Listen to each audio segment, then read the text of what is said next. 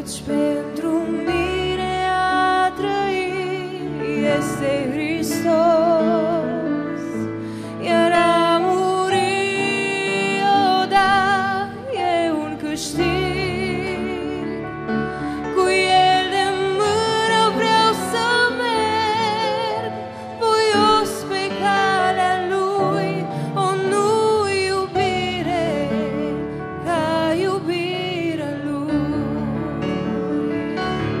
Bucurie mai presus decât să pot urma și să împlinesc în toate voia Sa.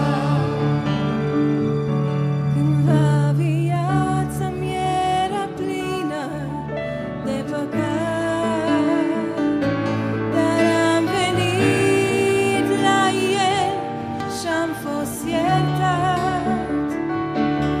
Duioșie m-a chemat, Aleluia! iar eu l-am ascultat și nu mai vreau de El să mă despart. Să fie crucea cât de grea, cu dragul voi purta, căci mă ajută prin puterea Sa.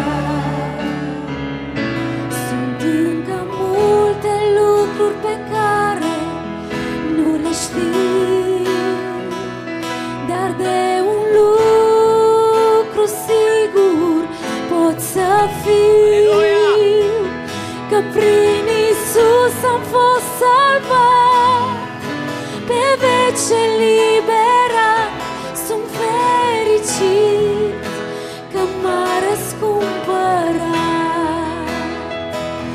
O, Tu al Domnului popor, să cânți pe slava Lui un vom și nar, cu toți la masa Lui.